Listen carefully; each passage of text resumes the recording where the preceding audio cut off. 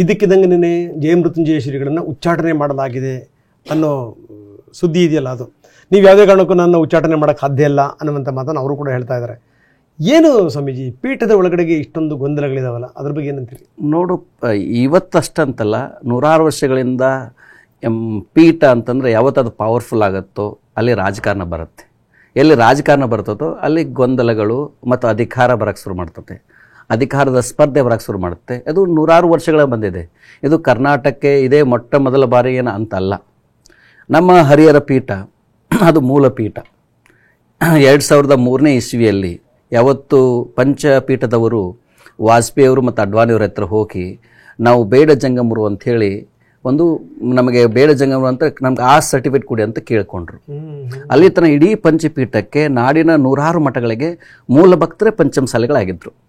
ಇಡೀ ಪಂಚಮಸಾಲಿ ಜನಾಂಗ ಅವ್ರನ್ನ ಹೊತ್ತುಕೊಂಡು ಮೆರ್ಕೋತಾ ಇತ್ತು.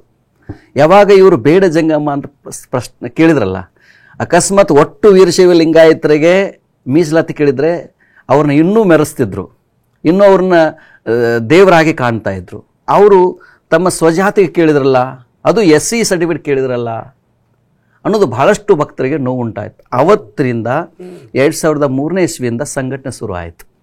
ಆಮೇಲೆ 2006ನೇ ಇಸ್ವಿಯಲ್ಲಿ ನಿರಂತರ 106 ಮೀಟಿಂಗ್ಗಳಾದವು. ಪಂಚಪೀಠದವರೆಲ್ಲರೂ ನೀವು ಪೀಠವನ್ನು ಮಾಡ್ಲಿಕ್ಕೆ ಹೋಗಬೇಡಿ ಅಂತಂದರು. ಅದಕ್ಕೆ ಇವತ್ತಿಗೂ ನಮ್ಮ ಮಠದಲ್ಲಿ ರೆಕಾರ್ಡ್ ಇದೆ, 6 ಗಂಟೆ ಆಗಿರುವಂಥ ವಿಡಿಯೋ ರೆಕಾರ್ಡ್ ಆಗಿದೆ, ಚರ್ಚೆ ಆಗಿರೋದು. 5 ಜನ ಪಂಚಪೀಠದವರು ಅವರ ಇವ್ರ ನಡುವೆ ಸಂವಾದ ನಡೆದಿದೆ, ನೀವು ಪೀಠ ಮಾಡ್ಲಿಕ್ಕೆ ಹೋಗಬೇಡಿ ಅಂತಂದರು. ಆವಾಗ ನಮ್ಮ ಪೀಠದವ್ರು, ನಮ್ಮ ಭಕ್ತರು ಕೇಳಿದ್ದು, ಹಾಗಾದರೆ ನಿಮ್ಮಲ್ಲಿ 5 ಪೀಠಗಳಿದ್ದಾವೆ, ಈ 5 ಪೀಠಗಳಿಗೆ ದವಸ ಧಾನ್ಯವನ್ನು ಕೊಟ್ಟವರು, ಭೂದಾನವನ್ನು ಮಾಡಿದವರು, ಬೆಳ್ಳಿ ಬಂಗಾರವನ್ನು ಕೊಟ್ಟವರು, ನಿಮ್ಮ ಅಡ್ಡ ಪಲ್ಲಕ್ಕಿಯನ್ನು ಮಾಡೋರು, ನಿಮಗೆ ಏನು ಬೇಕೆಲ್ಲವನ್ನು ಕೊಟ್ಟವರು ಪಂಚಮಸಾಲಿಗಳು. ಪಂಚಮಸಾಲಿ 5 ಪೀಠಗಳಲ್ಲಿ 7 ಪೀಠಕ್ಕೆ ಪಂಚಮಸಾಲಿ ಜನಾಂಗದಲ್ಲಿ ಹುಟ್ಟಿರುವಂತಹ ಒಬ್ಬ ವ್ಯಕ್ತಿಯನ್ನು ಅವನಿಗೆ ಸಂಸ್ಕಾರ ಕೊಟ್ಟು ಅವನ ಜಗದ್ಗುರುವನ್ನು ಮಾಡಿ ಅಂತ ಕೇಳಿದರು. ಅದು ನಿಮ್ಮ ಪಂಚಮಸಾಲಿಗಳು ಆಗಕ್ಕೆ ಬರೋದಿಲ್ಲ ಅಂತಂದರು. ಆ ಸಂದರ್ಭದಲ್ಲಿ ಅವ್ರು ಸಿಟ್ಟಿನಿಂದ ಆಡಿದಂಥದ್ದು, ನೀವೆಲ್ಲ ನಾಯಿಯಾಗಿ, ಹಂದಿಯಾಗಿ, ಮತ್ತು ಇನ್ನೊಂದು ಹೇಳಿದ್ರು ಅವರು, ಈ ಥರ ಅಪಶಬ್ದಗಳು ಮಾತಾಡಿದ್ರು ಅವರು. ಆವಾಗ ನೀವೆಲ್ಲ ನಾಯಿಯಾಗಿ, ನರಿಯಾಗಿ, ಹಂದಿಯಾಗಿ ಹುಡ್ತೀರಿ ನೀವು ಅಂತ ಅಲ್ಲೇ ಶಾಪ ಕೊಟ್ಟುಬಿಟ್ರು ಅವರು. ಆವಾಗ ನಮ್ಮ ಅಂದಿನ ರಾಜ್ಯಾಧ್ಯಕ್ಷರಾಗಿರುವಂಥ ಬಸವರಾಜ ದೇಡ್ನೂರು ಅವರು ಹೇಳಿದ ಆ ಕ್ಷಣಕ್ಕಾಗಿರುವಂಥದ್ದು ಇದು. ಭಾಳ ಜನಕ್ಕೆ ಗೊತ್ತಿಲ್ಲ ಇದು.